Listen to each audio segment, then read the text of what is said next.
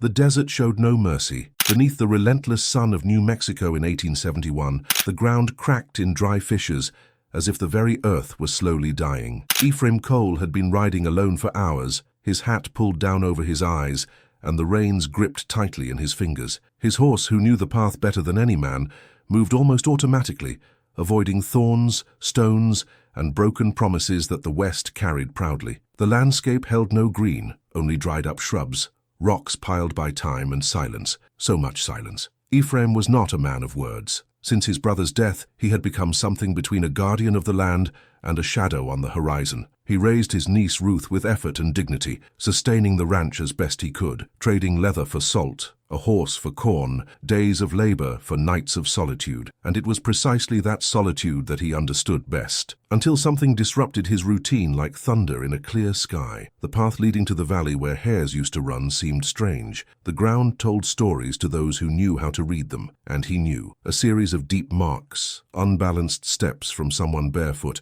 a red handkerchief caught in a low bush. He dismounted cautiously, eyes sharp, and followed the trail. 30 steps away, next to an almost dry stream, he found a scene he would never forget. A woman lying on her side, her body covered in dust and her right arm in a position that suggested a fracture. Cracked lips, half-closed eyes. She didn't seem dead, but neither fully alive. She was suspended between worlds. Ephraim didn't ask who she was or where she came from. He simply knelt down, took out his canteen, and carefully moistened the edge of her lips. The woman groaned, a guttural sound, weak but still human. She tried to lift her hand, but the pain stopped her. So he lifted her with effort, as if carrying a piece of the desert in his arms. She weighed no more than 40 kilograms. The horse hesitated but obeyed. Ephraim placed her on the saddle and walked alongside, guiding the horse back. The ranch was 2 leagues away, surrounded by rocks and mountains that looked like the teeth of a buried beast, isolated but safe. Upon arrival, Ruth ran from the barn, her eyes wide as she saw the body on the horse.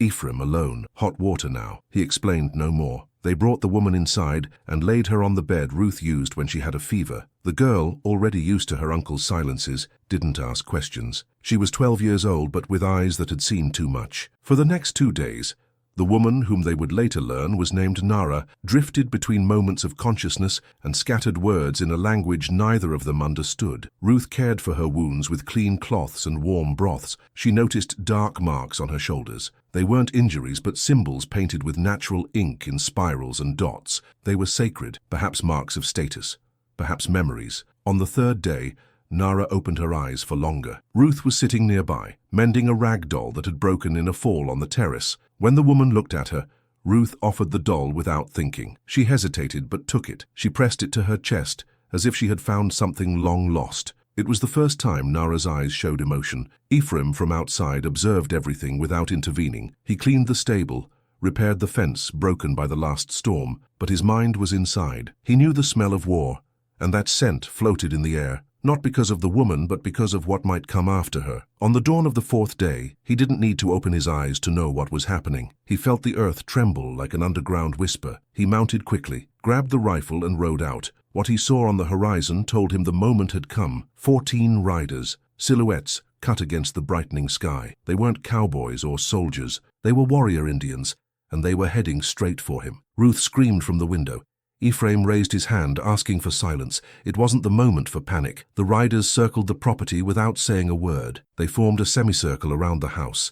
Their spears were raised but not pointed. At the center of the group, an older woman dismounted. Her wrinkles carried stories no book would ever tell. She wore necklaces of bone and eagle feathers. Her eyes found Nara's, who now stepped onto the terrace, still limping. Time stopped. The old woman walked toward her daughter, raised her hand and touched her face. She didn't smile, only murmured something. Nara responded with a gesture toward Ruth, who now stood beside her with the doll. The older woman looked at the girl, at the doll, and then at the warriors. She said something in a low voice. One by one, they began to step back. Ephraim took a deep breath. Ruth ran inside and returned with the doll. She handed it to Nara, who raised it toward the visitors. The old woman nodded. It was a truce. Nara would stay, for now. That night, no one slept early. Ruth kept sewing in silence. Nara sat beside her with the doll on her lap. Ephraim lit his last cigarette and sat on the fence. The sky, even without a moon, seemed lighter. He knew the West never gave anything for free, but for the first time in a long time, he felt something greater was at work. As if history had decided to rewrite itself through a nearly dead woman, a rag doll and 14 riders who didn't fire a single arrow. The next day dawned with a cold wind descending from the hills,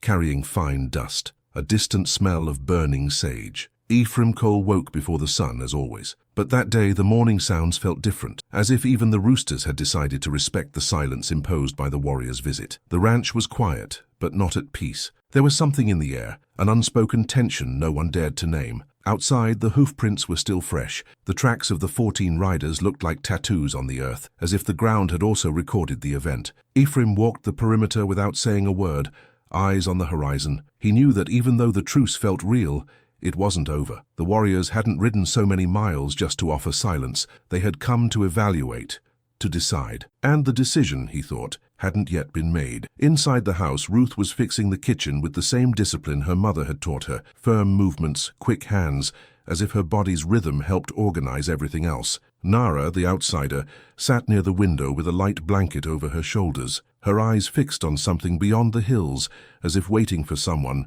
or something to return. She still held the doll in her hands. Occasionally, she would place it gently in her lap, as if it were a living creature. Ruth approached with a steaming teapot and poured tea into a clay cup, offering it without saying a word. When their eyes met, no words were necessary. Ruth pointed at the doll and softly said, "Hope." Nara stared at her for a moment, then looked again at the doll and repeated slowly, savoring the sound, "Hope." It was the first time the girl heard her voice clearly, a rough voice like gravel in the throat. But there was strength behind it. Nara was not weak. She was restrained like a storm hidden behind the mountains. Ephraim walked in at that moment. He leaned the rifle against the door, his boots full of dust, his eyes sharp, a decision already made in them. He took his belt with sharpened knives, a reinforced rope. Ruth didn't ask where he was going. She knew what that rope meant. He wouldn't return before sunset. "If it rains, gather the buckets," he said. "And if a stranger shows up, you know where the revolver is." Ruth nodded. Before he crossed the door, Nara stood up with difficulty. She walked toward him, unsteady, and with slow gestures pointed at the sky, then to the south, and finally drew an arc in the air. Ephraim frowned. He understood enough. She was warning that danger was coming from the south. "South?" he asked. She nodded. "They'll return," he guessed.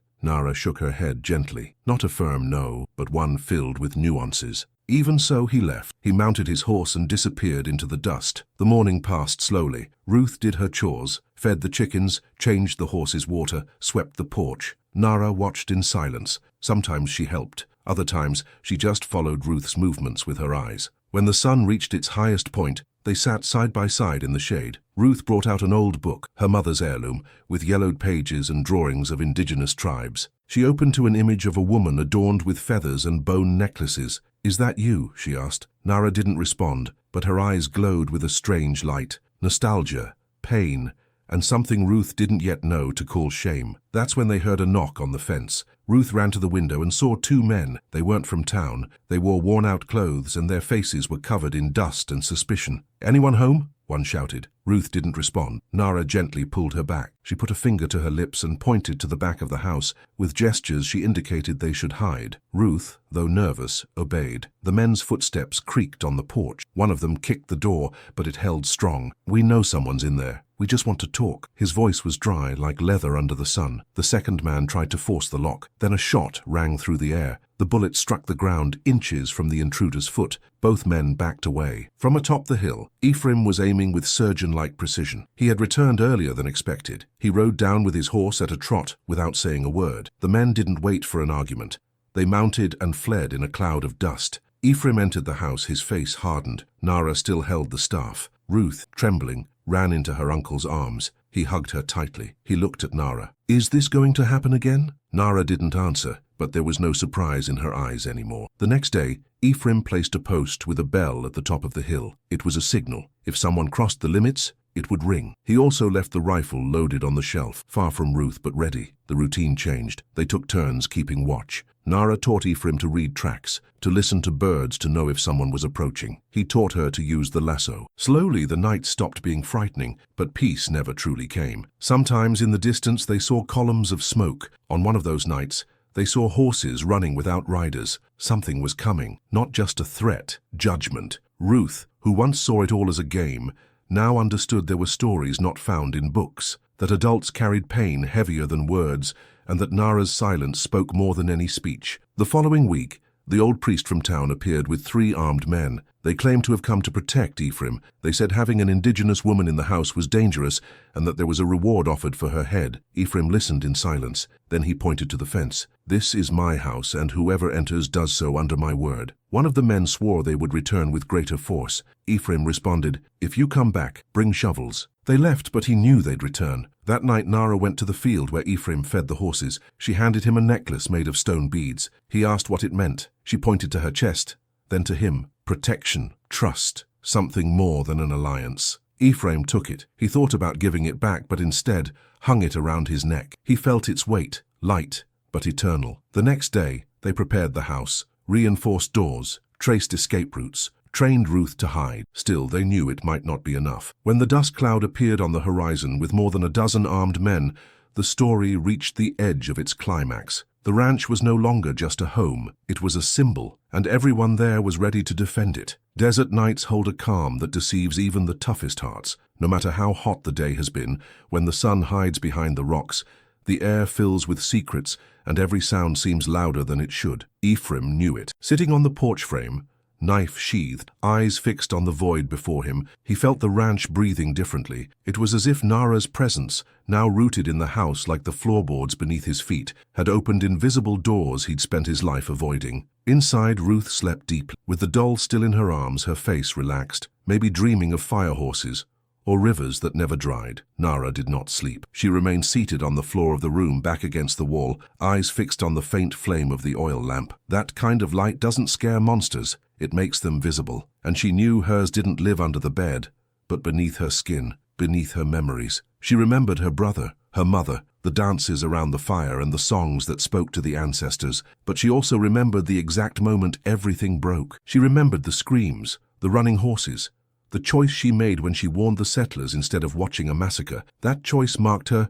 as a traitor among her people, not out of hatred, but because she had saved strangers instead of seeking blood vengeance. And now, even among other strangers, she carried the distrusting gaze of both worlds. The next morning, the sun rose cold, as if the desert had forgotten to warm the earth. Ephraim was the first to go out. He cleaned the buckets, saddled the horse, and set off toward the nearest town, half a day away. He wouldn't take Ruth. It was too dangerous. He left Nara to care for the girl, trusting that if she had come this far, she would choose to stay. Ruth spent the morning drawing with charcoal on the terrace floor. Nara approached silently and watched. The sketches showed figures: a house, a girl, a man with a hat, a woman with long hair. Ruth pointed at each figure, saying their names. When she pointed at Nara, she hesitated. Then she smiled and drew a sun above her head. "Light," she said. Nara repeated the word. Something changed in that instant. Ruth ran to the chest where her mother stored fabric. From it, she took a piece of yellow cloth and tied it in Nara's hair. She touched it like it was a relic, just a gesture.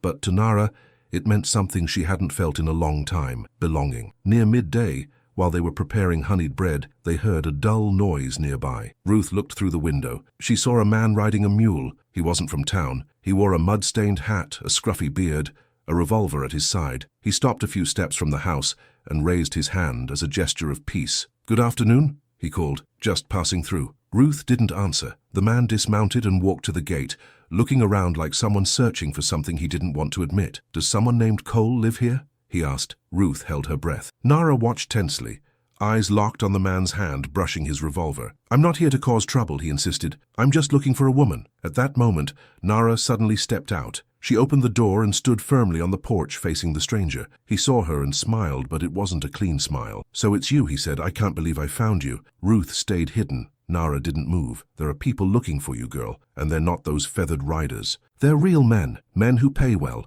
Nara raised her right hand and showed her palm where the painted symbol still showed. The man hesitated. First, mockery, then uncertainty, and finally fear. "It can't be," he whispered. He took 2 steps back, mounted the mule, and vanished the way he came. When Ephraim returned hours later, the sky was tinged orange. He carried 2 tied hairs and a face weathered by the sun. Ruth told him what had happened. Ephraim listened without interruption. Nara just watched. When they finished, he muttered, "He'll be back." Nara nodded. That night they ate in silence. But the mood had changed. It was no longer the tension of arrival. It was the certainty that Nara's past had crossed the threshold, and now they were all part of something much bigger than they'd imagined. Still, no one thought of sending her away. The sound of hooves was heard even before any figure appeared on the horizon. It was like a dry thunder rolling from the stones, the hills, the open scars of the desert. Ephraim was already outside when the first cloud of dust rose to the east. He didn't need to count. He knew there were far more than last time, more than he could face with bullets or courage,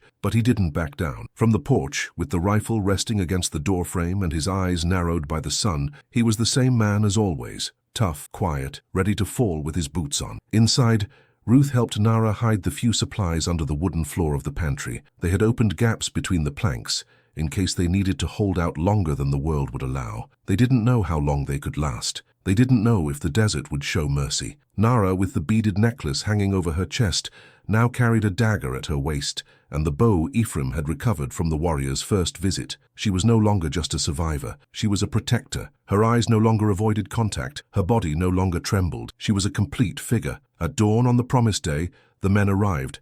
They didn't shout. They didn't fire into the air. They didn't ask for surrender. They simply surrounded the house in a tight, calculated circle. They came under orders from Edward Braxton, an envoy from Santa Fe, according to an official document. They brought a paper with a judge's seal, a flag tied to one man's spear, a threat disguised as opportunity. Ephraim read the document with a neutral expression. Then he tore it and threw it to the ground. "This isn't worth more than the dirt you're standing on," he said. Braxton didn't come alone. He gestured. In the distance, wooden carts rose with barrels, gunpowder, and men dressed in grey. "You have until dawn," he warned. Then they left, leaving the threat hanging in the air like a rope ready to be pulled. No one slept that night. Nara placed symbols on the doors. Ruth prepared bandages and cloths. Ephraim sharpened knives with steady rhythm, like someone tuning a truth. Calamo arrived before dawn without being summoned, his face marked by dust, and the bow slung across his back. He didn't ask questions, just said, "They'll come before sunrise." And they did. When the first light touched the field, the first shot broke the silence. The ranch turned into a trench. Braxton's men advanced with strength, but without care. They fell into traps. They were taken down by Calamo's silent arrows and Ephraim's accurate lead. Nara moved like a spirit between wood and gunpowder, striking, pushing, protecting. Ruth stayed in the attic, reciting the names of those she loved, like a childhood spell against the irreversible. One man managed to reach the back entrance. Nara faced him with body and soul. The fight was short and brutal. When he fell, she shut the door with an iron bar. Outside, Braxton was yelling. His men were falling. His plan was crumbling. He tried to move forward himself, but an arrow grazed his shoulder. His scream was more rage than pain. As he retreated, his men followed. The attack lasted less than an hour. The land was scarred, but the house was still standing. At sunrise, Ephraim lowered his rifle. Ruth came out of hiding with wet eyes but no fear. Nara cleaned her hands, stained with blood and soil. There was no celebration, just deep exhales, exhausted bodies, eyes that met and said, "We're alive." In the days that followed, the town learned what had happened. The ranch was no longer just an isolated house. It was a symbol. Some traveled from afar just to see if it was true. No one else came with weapons. No one came with orders. The fields remained quiet. And in that silence, the three, the cowboy, the warrior, and the girl, began to write something new. The weeks following the last invasion did not bring peace, but they did bring silence. A heavy silence that moved through the ranch walls like a spirit still unsure if it could rest. The wind kept blowing dry. The nights fell slowly, and the sun no longer burned with fury, but seemed to bow to something that had defended itself. In town, the names of Ephraim, Nara, and Ruth were whispered. No one went up, no one came down. It was as if the Cole Ranch had disappeared from the map, protected by an invisible line of respect and fear. Inside the fence, life went on. Ruth, now with the certainty of someone who had seen armed men flee before arrows and fire,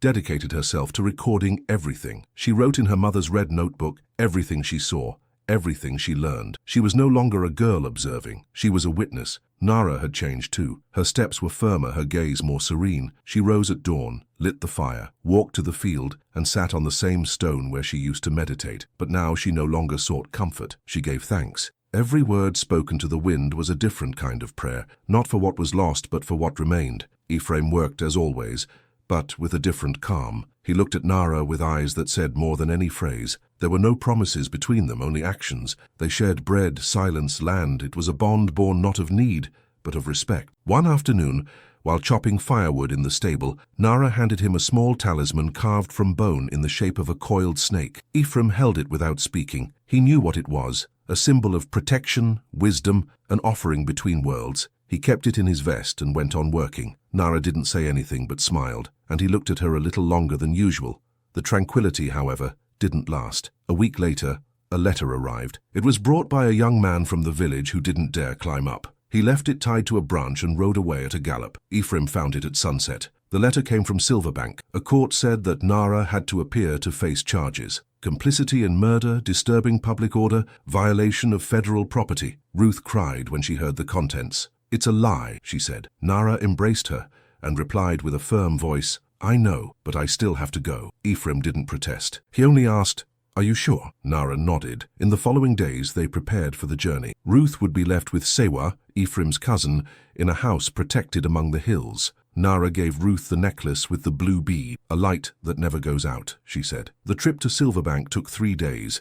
The road was dry, the towns empty, distrustful glances. They arrived at the courthouse on a grey morning. The judge, a man with a white beard, read the charges aloud. "What do you have to say in your defense?" Nara replied in a calm voice. "I didn't kill, I saved," Ephraim testified. He said the woman had protected his niece, that she had never raised a weapon against anyone. The judge listened, but the courtroom was full of eyes that wanted someone to blame. Then an unexpected figure entered, Nara's mother. The elder, dressed in her clan's colors, spoke in her language. The judge demanded a translation. "My daughter chose peace. If you condemn her, you kill the last bridge between 2 worlds." The judge fell silent. 2 days later, the verdict. Nara was free but had to remain in Silverbank for 7 weeks to observe her social reintegration. Ephraim was furious. Nara accepted. They stayed in a boarding house. Ephraim worked in a stable. Nara helped a local healer. At night they sat in silence and in whispers began to dream of returning. At the end of the period, they left before dawn. They returned with a wooden box containing Nara's freedom document and a new yellow ribbon bought by Ephraim. When they reached the ranch, Ruth ran to them. Taller, stronger, the 3 embraced. No words, just tears. The house was intact, the field waiting. And that evening, at the wooden table, they ate bread, laughed and listened to the wind blow as if it too had returned. The days after their return seemed clearer, even with the sun as relentless as ever. There was something different in the way the light touched the ranch stones, in how the wind passed through the loose boards of the fence, in how the birds perched on the windows without hurry. It was as if the desert itself had accepted them again. Nara, now with official papers and her name cleared, returned to her tasks naturally. Every morning, she tied the yellow ribbon in her hair, left the doll Esperanza next to Ruth's bed, and walked beside Ephraim to the field where the horses grazed as calmly as ever. Ruth followed more closely. She was no longer just a girl watching. She participated. She carried buckets, prepared the rope, noted in the pages of the old notebook what she learned each day. But the ranch, although calm, was not free from gazes. Some nights, small shadows appeared and disappeared on the horizon, as if someone were watching from afar. Ephraim no longer jumped up, startled. He simply lit the oil lamp, checked the ammunition, and went back to sleep. He knew the desert heard everything, and when danger wanted to come, it would arrive without sound. One scorching afternoon, something unexpected knocked on the door. A cart, 4 horses, a man dressed in a long coat, polished boots, a hat that didn't match the land. His eyes, hidden behind golden glasses, didn't smile. He introduced himself as Edward Braxton. He came from Santa Fe, sent by a land commission. He brought documents, promises, an offer. According to him, Ephraim's lands were under evaluation to be purchased by a railway company. They would pay well, very well. The ranch, the hills, the fields, all included. Ephraim didn't respond immediately. He took the papers, read them silently, and handed them back without emotion. He said, "It's not for sale." Braxton insisted, said the railway would bring progress, jobs, security, said that sooner or later everyone would sell, that if they refused now, maybe the value wouldn't be the same later. Nara watched from the door, Ruth at her side. She observed each gesture with the attention of someone who smells smoke before seeing the fire. When Braxton left, he left a thick envelope at the entrance, full of figures, signatures, a disguised threat. Ephraim burned the envelope that same night. The next day, the chickens disappeared. 2 horses were released during the night. The bell on the hill rang by itself. Footprints were found near the barn. They didn't steal anything. They only left a warning. Tension settled like a slow illness. Nara reinforced the windows with more wood. Ruth started sleeping with a knife under her pillow. Ephraim left the rifle loaded next to the porch chair. Visits to town ceased. The neighbors, the few who were left, looked away when they passed. Then an old man appeared, at night, alone, riding a donkey, his face covered with a shawl, a leather bag over his shoulder. He called for Ephraim, said he was the father of one of the railway workers, said what was coming wasn't just an offer, it was a takeover. They had support from the territorial government. They were being paid to clear hostile zones. Other ranches had already been burned, and the next one would be his. Ephraim thanked him with a gesture. The old man left, asking for nothing. The next day they decided to stay. They wouldn't run. They wouldn't abandon it. They prepared, dug trenches around the barn, planted traps among the stones. Nara taught Ruth to use the bow. Ephraim hid dry gunpowder in barrels. Each night was a wait. But life didn't stop in the middle of the shadows. There was still laughter. Ruth laughed when she fell off the horse trying to mount without a saddle. Nara laughed when Ephraim mispronounced her words. Sometimes they sat by the stream just to hear the world breathe. In those pauses, they understood what they were defending. It wasn't just wood and land. It was dignity. It was roots. It was history. When the night of the attack came, there was no warning, only the dry sound of 20 horses descending the hill, hooded men, armed, shouting with hatred and greed. But the ranch was ready. The first to fall was one who entered through the side of the stable, an unseen trap beneath the hay. Another screamed when he fell into a trench. Ephraim fired with precision, covering the right flank. Nara moved swiftly, appearing and disappearing between shadows. Ruth, in the attic, watched everything through a crack, her heart pounding. One of them managed to get through the back door. Nara faced him hand to hand. The fight was short, brutal. When he fell, she didn't look back. She sealed the entrance with an iron bar. The battle lasted nearly 2 hours. When the last scream faded and the horses fled with wounded bodies, the ranch still stood, scarred, smoked, but standing. Ephraim bled from his arm. Nara had a cut on her leg. Ruth cried, not from fear, but from relief, from pride, for surviving the impossible. The next day, the ranch smelled of gunpowder and wet earth. The sun rose timidly. Dust floated in the air. On the fence, someone had written with blood and charcoal a single word, resistant. Ruth asked what it meant. Ephraim answered, they got the message. No one came back. No more letters. The ranch was marked, but also protected, and Nara, looking toward the hills, knew more trials would come. But now together they could face them. In the stillness that settled after the night of the attack, the ranch breathed stronger than before, as if the earth itself had resisted with them and now demanded the rest it deserved. The wind swept the fields without hurry. The animals, once restless at every shadow, now grazed in peace. Even the birds seemed to sing lower, as if they knew something important had changed. Ephraim spent most of his days on his feet, his arm still bandaged, refusing help beyond what was absolutely necessary. His gaze was firmer than ever, but also deeper. Ruth was different, quieter, more careful. She was no longer just a girl tagging along. Now she was an active part of the ranch. She checked fences, counted the animals, wrote in her red notebook every detail she thought worth remembering. Nara spent mornings sitting on the same stone where she used to meditate under the first light of the sun. She no longer spoke to the dead or clung to memories. Now she spoke to the earth, the trees, her own shadow. She remembered her brother, her mother, the lost dance of her people. And she also remembered the last time she saw her brother, just before he chose a different path. She chose to warn the settlers. He chose war. Since then, she had never known if he was alive or if he'd ever forgive her. It was on a cloudy afternoon that the past came looking for her. The horse appeared alone, descending between the rocks like a ghost. On it rode a burly man with long braided hair, a scar on his neck and the gaze of a hawk. He stopped in front of the ranch without lowering his eyes. Ruth saw him first. She called for Ephraim. He came out with his rifle slung over his shoulder but didn't aim. Nara stepped out and upon seeing him froze. She said nothing. Neither did the man. But their eyes recognized each other instantly. His name was Kalemo. He was her brother, presumed dead during an ambush. Now he was there like a wound reopened. The reunion wasn't warm. There were no hugs, just silence. He asked, "Why did you do it?" Nara didn't answer right away. She walked to her stone and gestured for him to sit. Kalemo hesitated, but obeyed. Hours passed without words. When they returned to the house, their faces had changed. There was no full forgiveness, but the beginning of understanding. In the days that followed, Kalemo stayed. He watched. He helped in silence. He taught Ruth how to set rabbit traps. He listened as Nara told what she had lived, what she had learned, what she had lost. They understood each other with few words, and little by little, the broken bond began to be woven again. But Kalemo did not come alone. He brought news. The railroad company hadn't given up. They had hired a new leader, Cyrus Gray, a former military man known for his brutality. He cleared land without witnesses. He didn't negotiate, only advanced. Ephraim listened to everything. In the end, he said, "Then we prepare more." They reinforced fences, dug new trenches. Ruth learned to shoot a light shotgun. Kalamo taught Nara how to bind her wrists to avoid dislocations. Nara showed Ephraim an ancient ritual with ash and feathers for protection. One night, for the first time, the four of them laughed at the same time, not out of joy, but because they were alive. One day, a lone rider appeared. He had a white flag tied to his hat. He stopped in front of the fence and introduced himself as an emissary of Cyrus Gray. He handed over a letter that read,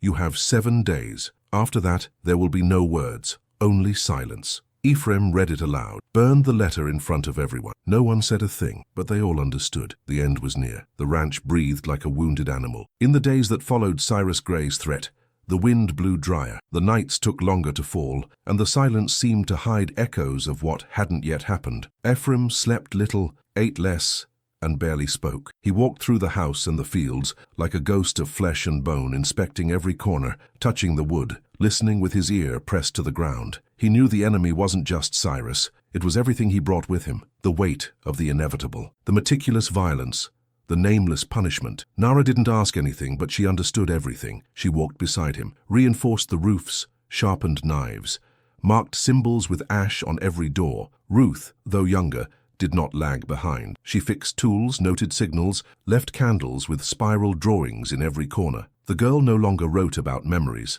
Now she documented strategies, dreams, escape routes. On the 5th day, a sign came. A dog from Sewa, the cousin who had cared for Ruth months ago. It arrived alone with a wound on its back, a blood-stained piece of cloth tied around its neck. On the fabric, a word written in charcoal, 2. Ruth recognized the cloth. It was hers. Nara hugged her. Ephraim looked to the horizon. Kalamo burned the message. "They're coming sooner," he said. That night was full preparation. They buried powder barrels, planted stakes underground, tied ropes between trees to cut off paths. Ruth left her notebook under the floor of the stable, along with a lit candle. "And the old doll, just in case I don't come back," she said. No one corrected her. They all knew that phrase could become true. At dawn the next day, the sky was filled with low clouds. They didn't move. There was no wind. The air felt thick, as if breathing took more effort than normal. Ephraim rose with a feeling, took his rifle, walked to the hill, and saw what he feared. A line of dust on the horizon. 9 riders, all dressed in dark. In the center, a man in a grey coat, bareheaded, Cyrus Gray. He didn't shout, didn't greet. He simply dismounted with the calm of someone who had already killed. He walked to the line of stones Ephraim had marked weeks before. There he stopped. Ruth watched from the stable. Nara stepped out of the house. Cyrus saw her and smiled, not with joy, but with destiny. "You should be dead," he said. "Would have saved you time." Nara replied, "I won't die today." Ephraim stepped beside her. Cyrus gestured. His men dismounted, weapons ready. The first explosion came from behind the barn. A barrel went off too soon. 2 men fell. Chaos began. Ephraim shot without blinking. Nara moved like lightning. Kalamo shot arrows from the shadows. Ruth triggered a trap from the stable roof. Screams, gunpowder, dirt flying. One man made it to the house. Nara faced him. The fight was brutal. She beat him. Ruth screamed from the attic. Cyrus broke through to the porch. There was Nara. He drew his knife. She, her spear. They clashed. Every strike was a story. Every wound a reply. Kalamo tried to intervene. He was struck down. Ephraim fired, missed. Nara bled. Then Ruth ran. She carried the blue necklace in her hand. She threw it to Nara. She caught it, and in one movement drove the spear into Cyrus's chest. The man dropped to his knees, didn't scream, only stared, and then collapsed. Silence returned, not like before, but as if the desert had finally exhaled. Cyrus Gray's body remained on its knees for a moment that seemed eternal before toppling to one side, eyes still open and fixed on nothing. The blood stained the earth before the porch like a broken promise, like the final word of a man who thought he was invincible. Nara stood there, spear still firm in hand, her chest heaving, the wound on her shoulder throbbing. The blue necklace dangled from her other hand, shining under the grey midday light as if saying that everything should have ended differently. Ephraim stepped down from the porch slowly, rifle lowered. His eyes searched for any sign of what could still remain. Kalamo was still on one knee, face dirty with dry blood and dust, but alive. Ruth ran through the shadows, calling out to everyone, her face frightened, but with no tears. The field was covered with bodies. Loose horses, abandoned weapons. The attack had ended as quickly as it began, but the damage was visible. Of the 9 who arrived with Cyrus Gray, 5 were dead, 2 wounded. They fled south, leaving behind not only their comrades but their reasons. No one came back to collect the bodies. No one returned for revenge. With Cyrus's fall, fear left with him. In the hours that followed, the ranch became a sanctuary of restrained silence. Every step was taken with care, every breath was heavy. Ruth helped with cloths and clean water. Calamo gathered weapons and covered the dead with blankets. Ephraim dug graves near the fence, with quiet and steady sweat. Nara cleaned her wound without complaint. As night fell, the lamplight seemed more intense. They sat at the table with simple dishes of beans, bread, and herbal tea. No one spoke for a long time, until Ruth, with a soft voice, said, "He won't be back." Everyone understood that the war was over, but the story wasn't. In the days that followed, the dust began to settle. The birds returned to perch on the dry tree near the stable. The stream that had dragged mud and blood began to flow again, clear. The animals no longer hid in the shadows. Life rearranged itself, as it always does in the desert. It does not forget, but it moves on. Ephraim repaired the roof in silence with Calamo, brief glances that said everything. Ruth swept the porch, scrubbing away stains with warm water and a broom, as if she were cleansing not only the blood, but also the fear that still lingered. Nara spent hours in the field, seated on the stone, but now she no longer mourned. She gave thanks. Every gesture and every word to the wind was a tribute to those who had stayed and to those who had gone. On the morning of the 4th day, a delegation appeared. They weren't soldiers. They carried no weapons, just 2 men and a woman. Simple clothes, tired faces. They said they came from the new delegate in Santa Fe. They brought papers, an official letter acknowledging that this land was not for sale, that any attempt to take it would be considered a territorial crime. Ephraim signed without speaking. The woman approached Nara and gave her a dark wooden box. Inside were silk ribbons of many colors, a brooch with the Yana symbol engraved in silver. "A gift," she said, from Nara's grandmother, who was alive, who wanted to see her. Nara held the brooch in both hands, her eyes damp. For the first time, even that night, no one spoke of the future. They sat outside, watched the stars. The ranch was no longer the same. Neither were they. Weeks later, travelers began to arrive. They left offerings at the entrance, fruits, cloth, small carvings. Some wanted to see the warrior woman, others, the cowboy. A few, the girl with the doll. No one dared to cross without permission. The story spread. The ranch had become legend, a symbol. Nara planted a tree beside the stable. She didn't say what kind.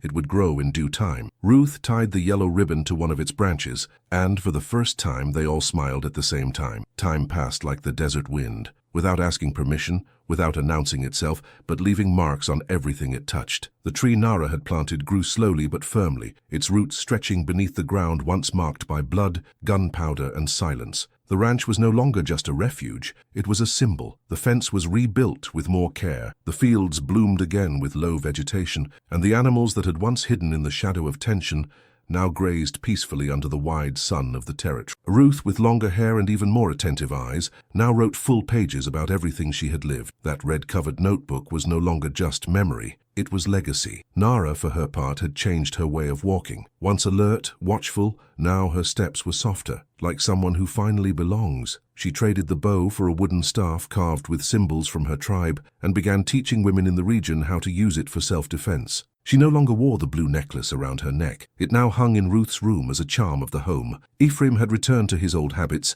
but with a new gaze. He was still the man of silent dawns, of restrained gestures and weighted words. But now he was also the one who sat next to Nara at sunset, without needing to say anything, when their fingers brushed while serving tea or tightening the lasso rope in the stable. There was no longer doubt. There was truth. News of Cyrus Gray's fall, the coal ranch resistance, and the return of the Yana spread faster than any train. The town, once fearful, now watched with respect. Children touched the fence just to see if the warrior woman was there. Some travelers left offerings, fruits, fabric scraps, small carved figures. Some said the ranch was protected by ancient spirits.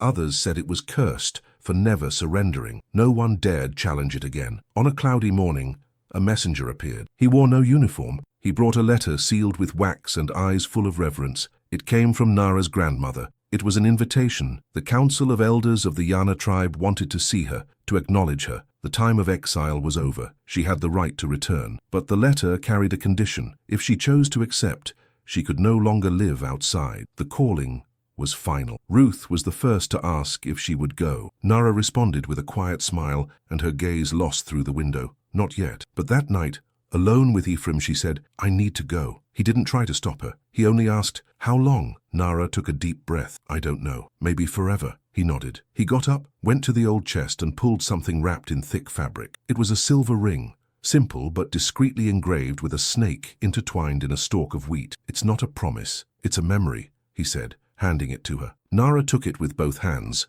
eyes filled with tears for the first time in a long while. "Then I'll take it with me," she said. She left on a cold morning, mounted on a white horse that Ruth had prepared with a yellow ribbon tied to the saddle. She carried only the staff, a blank notebook, and the silver ring hung on a leather cord. Ruth hugged her tightly. Ephraim only watched her. "And the ranch is not made only of land. It's made of what you left here." For weeks the house seemed quieter. Nara's absence was felt in the smallest details. The tea no longer tasted the same. The birds sang in a softer tone, and the stone in the field remained empty every morning. Ruth kept writing, and one of those nights, sitting beside Ephraim, she read aloud a fragment she had just finished. She didn't run away. She chose to leave because anyone who survives war deserves to seek peace, wherever that may be. Months passed. A handwritten letter arrived from Nara. She said she had been received with honor, had reunited with elder women and children who asked to hear stories from the time she lived among the white people. She wrote about Ruth, about Ephraim, about the tree that continued to grow. She said she still dreamed of the ranch and that perhaps one day she would return to see what had bloomed. Years later,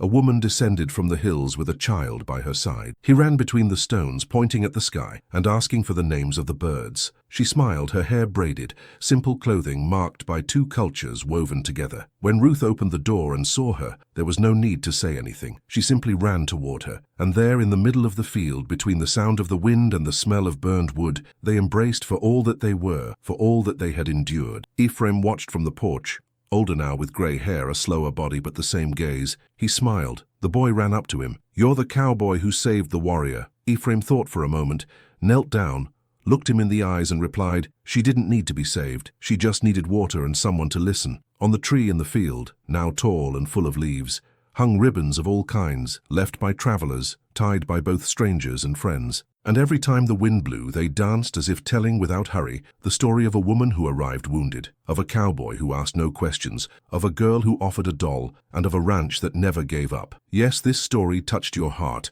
Leave your like and subscribe to the channel. This was the conclusion of the saga, A Cowboy Gave Water to a Warrior Woman. Thank you for walking with us until the very end. And remember, some stories don't end, they simply transform.